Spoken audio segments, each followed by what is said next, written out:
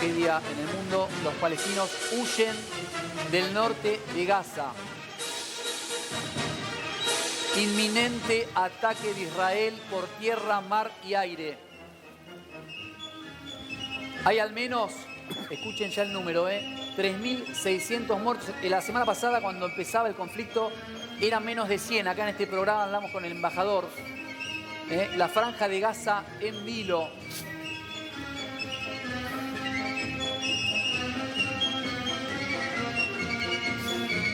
Benjamín Netanyahu había dado hasta las 16 horas, hora local de Israel. La había extendido. La había extendido hasta las 16 horas, que eran las 10 de la mañana acá, para que todos los palestinos e israelíes, porque hay que decir, del lado de la franja de Gaza también hay civiles israelíes y palestinos, puedan evacuar, como se está viendo, salir, porque ya no es inminente, ya comenzó la contraofensiva, ¿no? La contraofensiva israelí, donde esperan miles y miles de soldados.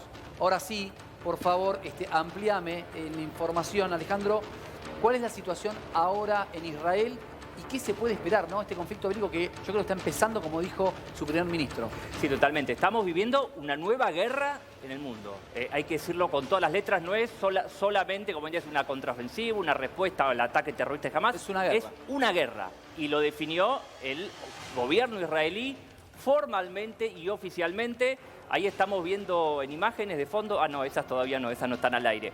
Pero hoy Netanyahu estuvo con las fuerzas que están en Gaza a punto de iniciar la ofensiva terrestre. Ofensiva combinada, mar, tierra, aire, sí. Por el aire ya se viene realizando, la cantidad de muertos que recién detallabas es clara y es precisa. Están atacando en prácticamente toda la franja de Gaza. Tengamos en cuenta que ese territorio, porque lo vemos en los mapas, los efectos, no llegan a ser 2 ciudades de Rosario. No, no, es tremendo. Tremendo. Digo bien, son creo que 40 kilómetros por 8. Exactamente. Son 40 kilómetros por 8. Y el territorio de Israel, del país, es más chico que la provincia de Tucumán. Digo, ¿no? Para que nos demos una idea de que la guerra... ¿En dónde transcurre la guerra, no? Exactamente. Que es aparte, hay que decir que no transcurre como han transcurrido las guerras, la Primera Guerra Mundial, la Segunda Guerra Mundial, que eran en territorios donde se pactaban la guerra. Acá hay ciudades civiles en el medio. Bueno, ese es un detalle clave el que dijiste recién. Estamos viviendo una guerra sin restricciones, ¿no? Podemos sí afirmar y decir que si bien las tensiones y las muertes y los enfrentamientos son continuos, porque si miramos los fallecidos y los asesinados en estos últimos años, es de manera cotidiana lo que viene sucediendo. Lo que pasa ahora es que ya escaló a un nivel de guerra con el ataque terrorista de Hamás y la respuesta de Israel, donde ahora, hay que decirlo claramente, ¿no? Ambos bandos, ambos actores en la guerra están violando todas las leyes de la guerra y están asesinando civiles. Todas las organizaciones, la ONU y muchas más, están pidiendo que haya un criterio que no hay, porque están anclados estos grupos terroristas en el núcleo de las ciudades, donde hay propios y ajenos, donde están hoy por hoy los rehenes propios. Exactamente. La decisión del primer ministro, que está viendo en este momento manifestaciones en Israel, donde los padres, los abuelos están pidiendo, pero pará, no arrasen con la franja porque están mis hijos, están mis nietos en ese lugar. Bueno, mirá, estás dando los puntos claves. Ya han anunciado, no creo que la BBC, un medio internacional de prestigio, ha dicho que ya han muerto 13 rehenes en los bombardeos aéreos. Es que a este ritmo van a morir todos.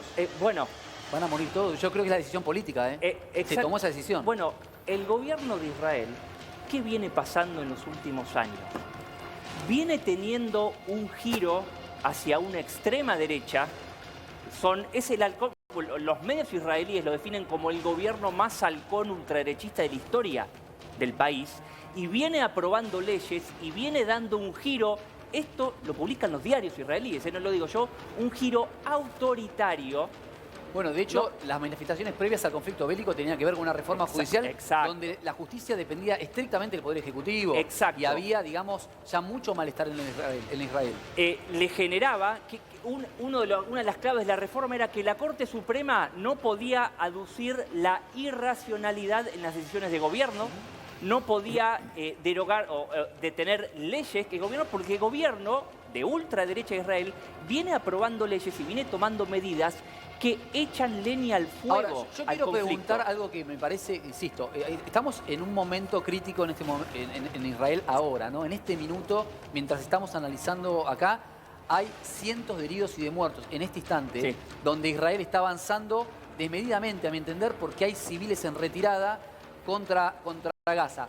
Esto no es decir, maten a todos, y me hago cargo, a todos los terroristas, porque realmente lo que se ha visto en estos últimos días es terrible: decapitación de bebés, tortura de mujeres, violaciones. O sea, lo que está pasando es escalofriante, lo más similar al ISIS que uno pudo ver en algún momento. Dicho esto, en el territorio hay propios y ajenos, hay víctimas que fueron secuestradas digamos, en las viviendas en Gaza. Ahora, yo me pregunto, ¿cómo Gaza, que tiene en su frontera norte todo el territorio israelí, en su frontera sur Egipto y en su frontera oeste el mar, por dónde entran 5.000 misiles? Yo me pregunto. Bueno, en los hechos, a nivel fáctico, Israel controla absolutamente todo lo que sale y entra a la Franja de Gaza. Hace 2 años hubo un enfrentamiento de menor envergadura y a mí me entrevistaron de algunos medios de comunicación y dije algo que por ahí sonó polémico, pero es una realidad. El extremismo de derecha que está tomando postura en Israel, que no apoya a toda la población, se retroalimenta y lastimosamente para los dos pueblos, el palestino y el israelí, ese tipo de gobierno, esa deriva autoritaria que explican los medios, necesita a un enemigo como Hamás. Esa violencia se retroalimenta. Pero vamos a suponer que esto es así. ¿Vos me querés decir que el primer ministro de Israel, con su necesidad, hace vista gorda para que se arme el pueblo de Hamás para atacar? No me cierra. No me cierra. No estoy afirmando que le pueda convenir, como en su momento los militares en la Argentina entendieron la guerra con Malvinas porque su gobierno se caía a pedazos para tapar su crisis política. Ponele que le convenga. Ahora, yo insisto en este punto que tiene que ver con lo práctico. ¿Cómo entran a la Franja de Gaza 5.000 misiles por lo menos? Porque es lo que tiraron hasta el momento. Sí. ¿Por dónde entran? Bueno. ¿Que hay túneles subterráneos de Egipto? ¿Por dónde entran? Son cohetes, no son misiles. Son misiles. Son cohetes de fabricación local. ¿Local? ¿5.000? Los fabrican ellos ahí con las cañerías. Claro, porque sacaron todos los caños de agua, cortaron previamente. No, pero pará. No. Los videos que ellos subieron no es tan, son armas muy sofisticadas. Hay un documento, no son caño cortado. No, ya sé, pero hay un documento, pero eso deben de ser caseros. Pero hay un documento donde se ve cortando con sierra las cañerías que son de plástico. Pero el ataque que estamos viendo del sábado pasado no es con cañerías. Augusto, recién hablabas vos de Egipto. Egipto, que es socio de Israel, lo que dijo es que no va a abrir un corredor humanitario para recibir a la gente que está en la franja. Entonces, ahí la situación entra mucho más en peligro y una cuenta regresiva. El ejército israelí va a ir desde el sur, después tienen planeado hacer incursiones aéreas y además con la Armada desde el mar Mediterráneo ir sobre este sector que recién mencionábamos, 41 kilómetros de largo por 10 de ancho. Exacto. A ver, Sebastián, te quiero escuchar también, porque te vi que tenías posición tomada, te quiero escuchar. Sí, a ver, no me parece que Israel esté haciendo la vista gorda para armar a los terroristas en Gaza. Pero bueno, a ver, creo que hay gente mucho más idónea para hablar de eso. ¿Por dónde entran? No sé. Obviamente hay financiamiento de terrorismo desde Irán. Lo que yo veía, obviamente, que la mayoría eran cohetes, ¿no? Israel se defiende en su escudo de hierro, se defiende con misiles. Eso sí, le es muy costoso su sistema de defensa, porque cada misil de Israel que detiene un cohete de fabricación casera de Hamás es muy caro. Pero para yo lo que digo, los misiles, ¿no? Porque hay cohetes, tal vez, como decimos, de fabricación casera o con recursos. Ellos se autofirmaron en el ataque. Cuando uno ve el armamento que llevaban y con lo que disparaban sus misiles, no son de fabricación casera. Son misiles que tienen que llegar a la Franja de Gaza. No tenés muchos lugares cómo llegar a Francia. Por mar no puede llegar. Los radares de Israel lo tienen controlado la parte marítima. Por aire mucho menos, ¿no? El único lugar que tiene es un ingreso vía Egipto. Egipto hoy supuestamente estaba en el tratado de paz con otros miembros para llevar adelante. De hecho, el presidente de Egipto había anunciado que 10 días antes del ataque del sábado pasado, le dijo a la inteligencia israelí que se estaba planificando un ataque contra Israel. Entonces, si Egipto es un aliado de Israel, ¿por dónde? Vuelvo a esta pregunta, chicos, que es básica. ¿Por dónde está entrando el armamento, el grupo terrorista del Hamas? Esto es lo que yo no termino de poder comprender. Bueno, justamente, a ver, muy bien lo que decías, ¿no? Por supuesto que en términos financieros, vos tenés a Qatar, tenés a Irán, como principales financistas, correcto, porque Hamas también es un peón que utilizan en el medio del equilibrio de poder regional, que también es una de las causas de esta guerra, ¿no? Porque el mundo está convulsionado. Totalmente. ¿No? Y esta es otra guerra de las que estamos viendo y pueden venir más, puede haber una guerra en el estrecho de Taiwán. Bueno, estamos viendo, el mundo se está reacomodando y se está reestructurando en el poder.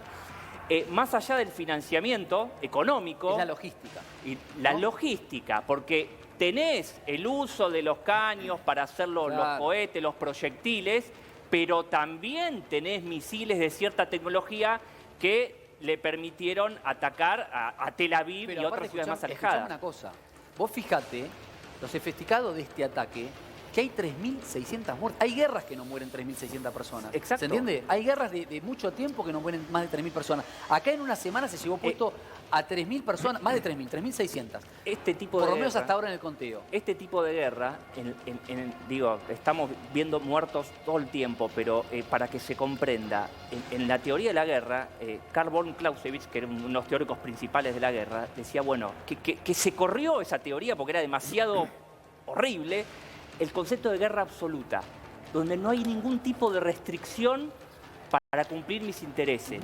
Ya no es que quiero derrotar, voy, arraso con todo, mato a quien tenga que matar, y yo he visto en Twitter, en Instagram, oficiales de ambos bandos diciendo, no voy a decir de qué lado, pero vi una soldado en el Instagram, porque yo vengo revisando todo, decía, bueno, hay que matar a los chicos porque de grandes van a ser terroristas. Claro. Bueno, ¿no? en realidad me parece... Es horrible. Es terrible porque vos tenés, por un lado, un Estado que va a contraatacar, donde uno entendería que un Estado tiene que tener otras reglas. Ahora, la pregunta es, en un territorio que está totalmente difuso esa frontera, donde no hay una frontera real, donde tenés propios y ajenos, como siempre digo, y ajenos me refiero a los terroristas, porque palestinos, digo, la cultura es exactamente la misma, es como cruzar la General Paz, chicos, esto. Exacto. Es cruzar la General Paz, o sea, no son distintos, es lo mismo. Es lo mismo, salvo que hay reductos terroristas. Ahora, vos como Estado, arrasás y arrasás con los hijos de los palestinos, con los abuelos palestinos, con los judíos israelíes palestinos que viven, del lado de la Franja de Gaza. Augusto. Bueno, yo creo que la decisión política por el ataque y la dimensión, hay dos portaaviones, hay un portaaviones de Estados Unidos que es el más grande que posee los Estados Unidos, que está ya en aguas cercanas a Israel, y dicen que mandarían un segundo. Entonces yo lo que digo es, mandan una fuerza desproporcionada para 40 kilómetros cuadrados. Bueno. Y esto no es victimizar, insisto, lo dije y me hago cargo. Maten a todos los terroristas que pusieron en jaque al pueblo civil. Ya mataron a uno de los líderes. Sí, al que manejaba las finanzas, ¿no? Sí, y al que dirigió la operación del pasado sábado. Claro. A ese. Ahora, por favor, hay chicos también del otro lado, hay abuelos, hay mujeres. Es la pregunta que te quería hacer, porque desconozco totalmente. ¿Este terrorismo de Hamas es apoyado por el pueblo palestino? No, el pueblo civil no, claro que no. Y entonces, ¿cómo entran tantos misiles? ¿Cómo no se entera Israel? Me cuesta creer. Bueno, es lo que pregunto, por dónde entran esos misiles, es lo que le pregunté. Bueno, la logística, a mí, yo no termino de entender la logística para este despliegue. Parte de los ataques lo que sostienen es que Hezbollah usa el sur del Líbano y desde el sur del Líbano ataca a Israel y está atacando. Pero el Hezbollah. Hezbollah. El Hezbollah, por eso. Pero es al norte de Israel. Es al norte. Sí, eso es otra cosa, es al norte. Tenés otra frontera ahí. Esa es otra frontera. Si tenemos un mapa, podemos analizar mejor. Poneme un mapa, buscámoslo, porque yo lo que digo es, el Hamas está al sur y no tiene o sea, entra o por Egipto o entra por Egipto. Sí. No hay más. Para entrar, claro, para entrar.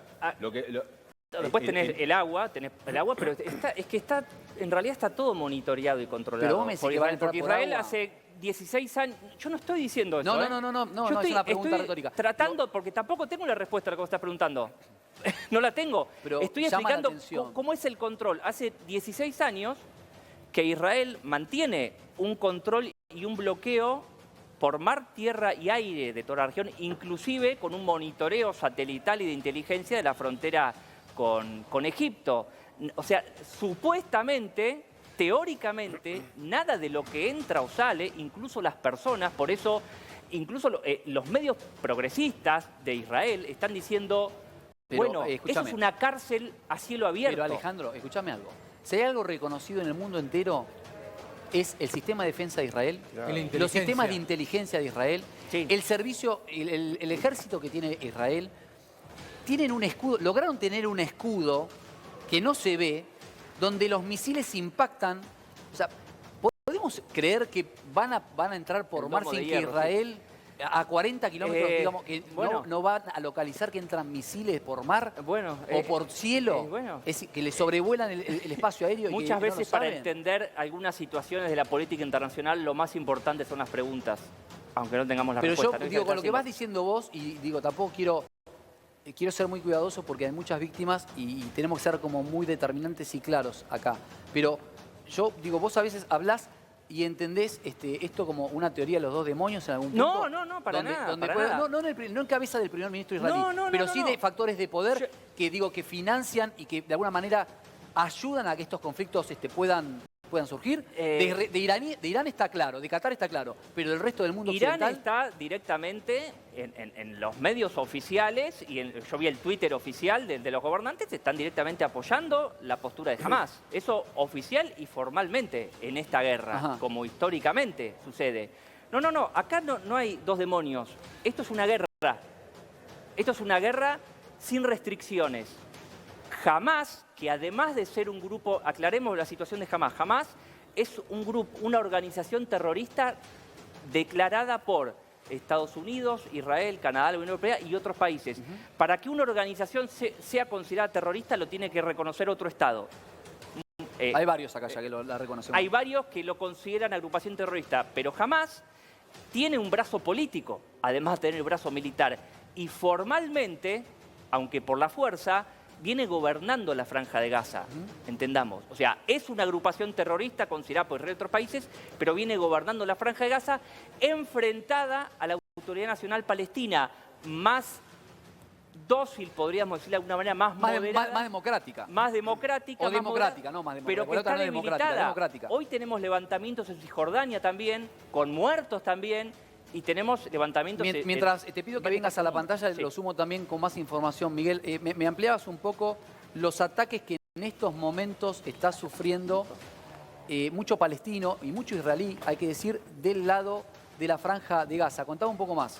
Además de estos ataques que se están mencionando, lo que muchos sostienen es que cuando empiece este ataque directo de Israel a la Franja de Gaza, lo que puede llegar a ocurrir es que Hezbollah use el Líbano, más allá de que geográficamente no es la zona específica de Franja de Gaza, pero puede usar la zona del Líbano para atacar la otra parte de Israel en el momento en el que Israel decida ir con el ejército, la armada y con la fuerza aérea. Alejandro, acá estamos con el mapa que pediste. Vamos a ubicar un poco a la gente para que entienda, y mi pregunta, ¿no?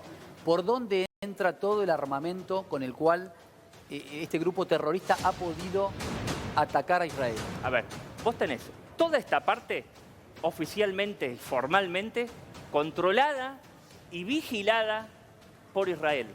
Todo lo que entra y sale, desde lo material, o sea, la vida, la supervivencia de la gente depende de lo que Israel les da o permite que llegue, incluso la gente... Acá tenemos más de 50% de desocupación, 70, 80... Bueno, ni quiero hablar de lo que es el nivel de pobreza. Exactamente. ¿Por qué?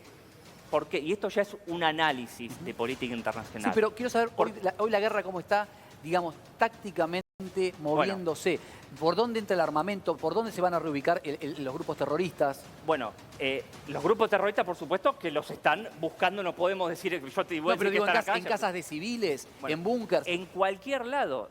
Desde Israel están diciendo que se esconden en las escuelas, en los jardines de infantes, tratando de que no los ataquen y después que denuncian que bombardearon casas de civiles. Usan de escudos humanos a los civiles, a los chicos. Y por supuesto, si vos viste que están usando a los seres humanos como herramientas, como objetos de canje de prisioneros, se viene haciendo hace mucho, pero bueno, hemos visto el desastre y el horror de lo que fue de la semana pasada, ¿no? Por Israel va a atacar de norte Israel a va a sur. atacar, ¿Cómo va a atacar? Pidió que desalojen toda esta parte de la franja, es como que desalojen para que se dé una idea a la gente, no sé a qué cámara hablo allá, sí. que desalojen absolutamente una ciudad de Rosario entera, ¿no? Estamos hablando de 2 millones de personas, ¿no? Les dio solo 24 horas, las Naciones Unidas dijeron es imposible movilizar 1 millón de personas en 24 horas, además de que las están bombardeando la región. No es que dice, pero bueno, hay algo para ubicar, que está muy bien. O sea, vos decís que el primer ministro le pide a los palestinos y a los israelitas que viven en la Franja de Gaza que hagan del norte hacia el sur. Sí. ¿Hacia el sur para ubicarse en el sur de la Franja de Gaza o que vayan hacia Egipto? lo cierto es que les vienen diciendo, y no solo ahora, hace tiempo, que se vayan donde quieran, pero que se vayan. ¿Hacia dónde? No. Porque no tiene mucho lugar, digo. Bueno, esa es la pregunta. Hacia Israel no pueden cruzar. Y Egipto, en primer lugar, ahora hay que ver cómo se está negociando, porque en estos minutos se está negociando. En principio dijo, no, acá no vienen. Pero ¿por qué Egipto se negaría? Egipto es aliado. Por eso, que es aliado, ¿por qué se negaría que pasen? Y porque los países de la región no quieren recibir de golpe tanta cantidad de gente. Claro, ¿Qué hacen? ¿Dónde los meten? ¿Qué va a pasar? Es posible que en esa movilización tengas terroristas en medio y tengas un núcleo de terror dentro de tu país que después pueda ser atacado. Igual, a ver, es claro que con este nivel de distancia, células terroristas de este lado tiene que haber también, ¿no? Para administrar lo que digo yo, la logística, para administrar un montón de cuestiones. Es probable. Pero también sí, a ver, es una zona que técnicamente está monitoreada. No solo por Israel, también por Estados Unidos, preguntar algo. por la OTAN. Las primeras imágenes que se vieron ese sábado a la madrugada del sábado, que estaban de fiesta en un kibutz. Sí. Digo, ¿estas cruces están bien ubicadas? ¿Fue a esta altura de la Franja de Gaza? Sí, yo creo que sí. No sé si tienen las imágenes, chicos. Me gustaría repasar esas imágenes del kibutz que estaban de fiesta y de repente ven el ataque. Creo que era al norte a esta altura, ¿no? Sí, pero los ataques fueron por aquí.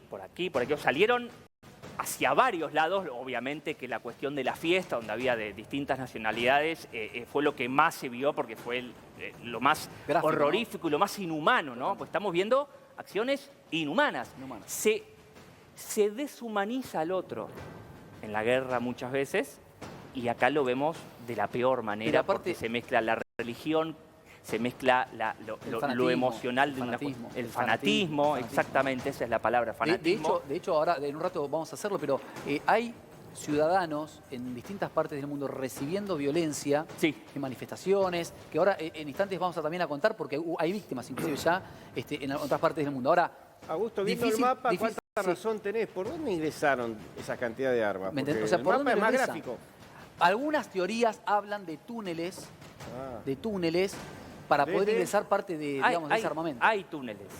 Por supuesto que hay túneles para esto. Para distintas cuestiones de contrabando. No sé si misiles, no podemos asegurarlo. Pero, bueno, es posible que en un buque comercial que traiga alimentos, insumos médicos, puedan ir de contrabando misiles. Alejandro, eso ¿cuánto es la población total hoy por hoy en la Franja de Gaza? Y 2 millones de personas aproximadamente. O sea, 2 millones de personas en 40 kilómetros cuadrados. Menos de 40 kilómetros cuadrados porque tiene por 8, por 10 kilómetros, me decía Miguel. Es la misma, digo, repito, es la misma densidad poblacional que Rosario. Porque Rosario tiene 1 millón y pico de personas y acá estamos hablando 2 Rosario con 2 millones y pico de personas. Y está diciendo que aproximadamente que 1 millón en un día se desplacen hacia el sur. Es imposible. Es imposible. Mientras están siendo bombardeados. Ahora, ¿cuáles son las armas que puede usar Israel? Entendiendo, insisto, que cae un misil acá, ¿sí? Y puede tener efectos, digamos, de tu franja para tu lado. ¿Qué armamento? Porque iban a entrar soldados por tierra, entiendo. El primer ataque, ¿no? Bueno, es combinado. ¿Es combinado? Desde el mar, desde tierra y desde el aire. Es un ataque combinado, utilizando tecnología satelital. Es una potencia militar Israel que fue armada en las últimas décadas, desde la década del 40 por los Estados Unidos, y está muy protegida militarmente, tiene los últimos aviones. ¿Hay algo, tiene aviones de quinta generación, los más modernos del mundo. Desde la ignorancia absoluta, pregunto, por favor. Pero que se entienda algo, no termino de entender la decisión política de ir a una guerra contra una sociedad civil donde vos bombardeás, vamos a suponer que bombardeás todo. Borro la mitad, donde van a morir 1 millón de civiles. Y los que se queden, yo te pregunto, hay que ver hasta dónde llegan. ¿Qué solucionaste? ¿Qué arreglaste con esa decisión? Mirá, porque digo, es un país, insisto, dentro de un país, donde tenés propios, donde los kibutz que están de este lado, también están de este lado. ¿Se entiende? Entonces, vos matás a la mitad de la población. ¿Y qué resolviste? Mira, porque no vas a matar a todos los terroristas. Bueno, te voy a decir algo que no es una apreciación personal, sino que estoy citando a declaraciones. El ministro de Finanzas de Israel dijo hace un tiempo que los palestinos tienen 3 opciones: irse, someterse o sufrir las consecuencias. Lo estoy citando a Alan, no estoy diciendo yo, ni estoy opinando. Desde los sectores que critican a Israel... ¿Qué dijo? Repetilo, por favor. Que los palestinos tienen una opción, porque también está la cuestión de que están avanzando y destruyendo casas en Cisjordania, palestinos, o sea, están desplazándolos, ¿no? En las dos regiones. Pero tanto le dio 3 opciones. 3 opciones, dijo. Está publicado, lo pueden googlear, lo pueden encontrar.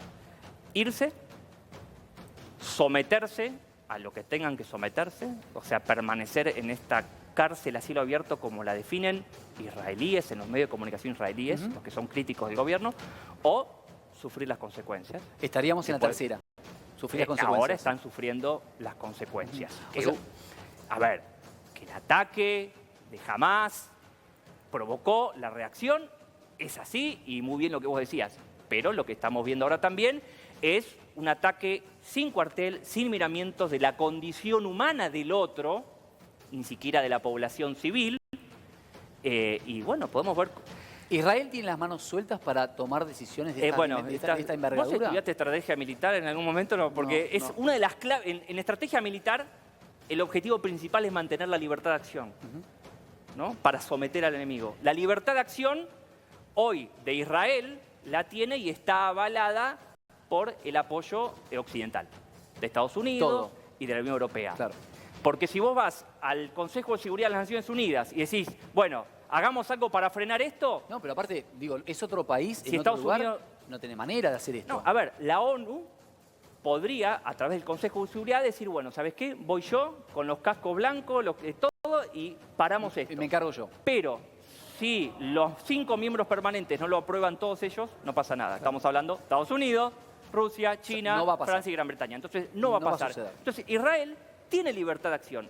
Y las últimas declaraciones, no solo de Estados Unidos, sino lo que estamos viendo en Europa, donde mandan a la policía a apalear a las manifestaciones pro-palestinas, bueno, le están dando carta blanca a Netanyahu para hacer lo que vos decís. Bueno, ¿qué vas a hacer? Vas a matar a los que haga falta matar para un objetivo político, geopolítico, que estamos en el área de la hipótesis, sí, claro. No lo estoy asegurando, y puede ser bueno. Tomar control político de todo el área. Que hoy tenés un control militar y en los hechos... No pasa nada. A nivel político, y bueno, vos determinás la vida de esta gente. Porque esta gente tiene que venir a trabajar acá, depende de vos para la alimentación, para la electricidad, para el agua. Eso te iba a decir, porque a ver, dependen... El primer ministro le bajó la palanca y se quedaron sin luz, sin agua, sin nada. Exacto. Entonces, digo, con esa dependencia, ¿cómo tienen tanta autonomía para tomar este tipo de decisiones? Eso también, digo, se les escapó un poco la coneja ahí, hablando en criollo. Porque si, digo, todos los ciudadanos, inclusive el gobierno de facto, depende absolutamente de los alimentos, de la energía, del combustible, de lo que le provee Israel. Primero, porque se lo provee. Yo entiendo, hay 2 millones de personas, de civiles. Ahora, tenés la potestad para patrullar toda la franja de Gaza, para darle garantías a todos los ciudadanos de un lado y del otro de que va a haber paz. Bueno, por supuesto, además, que jamás sabía que la reacción de Israel iba a ser terrorífica. O qué va a pensar después del semejante acto. Porque entre los enemigos se conocen muy bien. Sabía cuál iba a ser la reacción de Israel. Por supuesto que no le importó absolutamente nada de la población civil lo que iba a sufrir. Pero digo, hay otros, y no me quiero ir por las ramas, pero necesitamos subir un poquito una rama y bajar. Dale. Porque hay varios objetivos en esta guerra. Es una guerra que también está marcada por la cuestión regional y por la cuestión global. Pero podemos decir que comenzó como un ataque terrorista ya, sí, por supuesto. Que derivó en esta guerra. Por supuesto. Pero fue un ataque terrorista. Por supuesto fue un ataque terrorista, no hay ninguna duda. Jamás, organización terrorista reconocida por los estados, utiliza estos métodos y es un acto terrorista. Son métodos terroristas en una guerra asimétrica, como se dice, ¿no? En términos teóricos. Por supuesto es un ataque terrorista, repudiable por todo el mundo. Ahora yo te interrumpí, vos me decías, voy a subir una rama para después bajar. Exactamente. Acá hay varios... Uno de los objetivos de Hamás, que recién lo decíamos, lo decías vos y lo decía recién acá Jorge, primero era mostrar la falabilidad y la debilidad de la inteligencia y de las fuerzas de Israel. Lo dejó realmente al desnudo. Bueno, la explicación que se dio, bueno, estábamos ocupados ayudando a los colonos en las zonas ocupadas en Cisjordania para apropiarnos de mayor territorio, porque es lo que está pasando, ¿no? Por eso están denunciando desde la oposición, no lo digo yo, no lo decís vos, bueno, están denunciando una limpieza étnica, ¿no? Es uno de los debates que se está dando, no podemos, no lo afirmo ni lo aseguro, pero es uno de los debates que se está dando. Por otro lado, esto interrumpe, y acá es una de las claves, interrumpe el acercamiento entre Israel y Arabia Saudita. Exactamente. Que es un objetivo clave de Irán. Claro. ¿No? Y que hace, porque China había logrado acercar a Irán con Arabia Saudita y Estados Unidos dice, pará, me van a copar Medio Oriente.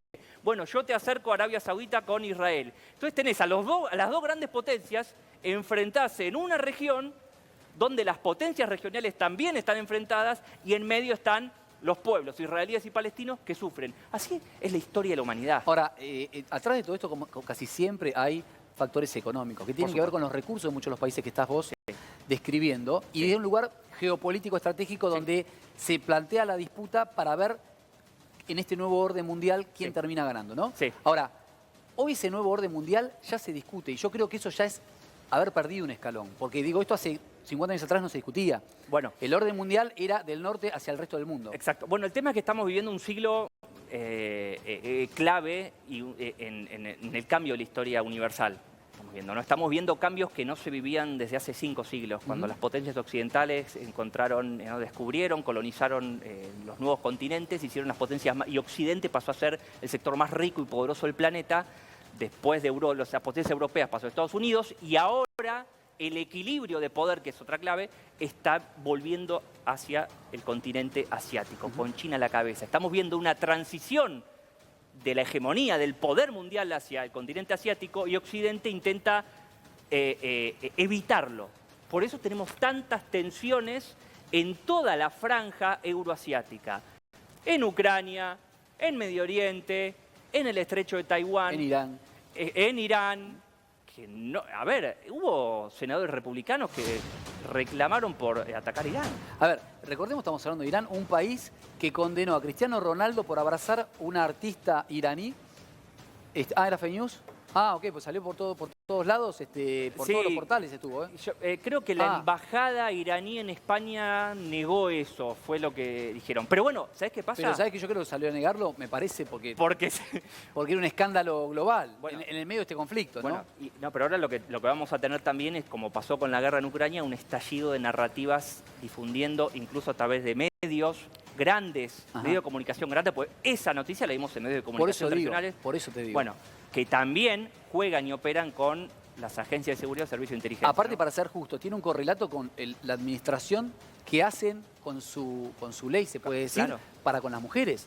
Digo, vemos violaciones de nenas de 12 años que se le entregan a sus maridos y que se niegan a esos casamientos forzosos, donde las violan, donde no tiene ningún tipo de derecho a la mujer, donde no me extrañaría que tal vez abrazar a una mujer soltera se considere infidelidad en Irán. Porque tiene que ver con la lógica de ellos. Sí, por supuesto. Y que eso tiene también un castigo, seguramente. Más allá de que esto finalmente salieron a desmentir lo que no era así.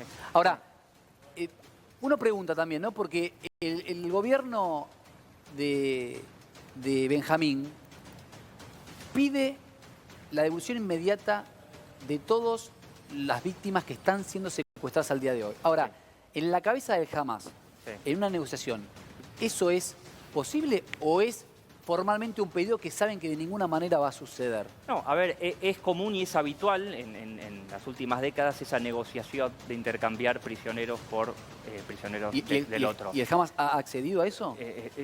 Hamas incluso había secuestrado, es una de las historias más conocidas, a un soldado israelí y lo logró intercambiar por cerca de 1000 prisioneros de Hamas. Mirá vos. Obtuvo esa concesión del gobierno de Israel. Por eso te digo, utiliza a los secuestrados como objetos, ¿no? Los deshumaniza y los utiliza como objetos de cambio para que liberen a prisioneros. Es terrible lo que estás diciendo, porque digo, si ese es el valor que le ponen tanto el pueblo israelí a sus propios soldados como el pueblo Hamas, en el kibutz donde invadieron, donde las imágenes se pudieron ver, era un kibutz de un ejército de jóvenes. Claro. De hecho, el sobrino de León Gieco, quien él pidió públicamente, por favor, conjuntamente a todos los otros soldados que estaban secuestrados, su devolución y su entrega inmediata. ¿Cuántos soldados hoy tienen en el Hamas secuestrados? Porque digo, abordaron un kibutz entero de soldados. Sí, sí, sí, por supuesto. A ver, hoy como herramienta de cambio vamos a ver en qué deriva este ataque combinado que ahora va a hacer Israel, que tiene que estar comenzando en cualquier momento. En cualquier momento, En cualquier momento está comenzando. Es inminente. Netanyahu estuvo ahí arengando a los soldados en la franja de Gaza, que seguramente está el video. Lo cierto es que tiene Hamás, si logra retener esos secuestrados, bueno, va a tener una fuerte, no poder, pero una herramienta de cambio para... El tema es que estamos viviendo un estado de guerra que ya no es bueno. Mañana negocio, a ver si me volvés o no. Israel está decidido a arrasar con todo para destruir a Hamás, para recuperar a los que, y esto hay que decirlo, es muy triste, a los que pueda recuperar vivos, ¿no? No, totalmente. Y aparte, a los que recuperan con vida en las condiciones. En las condiciones, porque ves torturas, ves violaciones, ves una golpiza. Hemos visto nenes de 4 años, 5 años,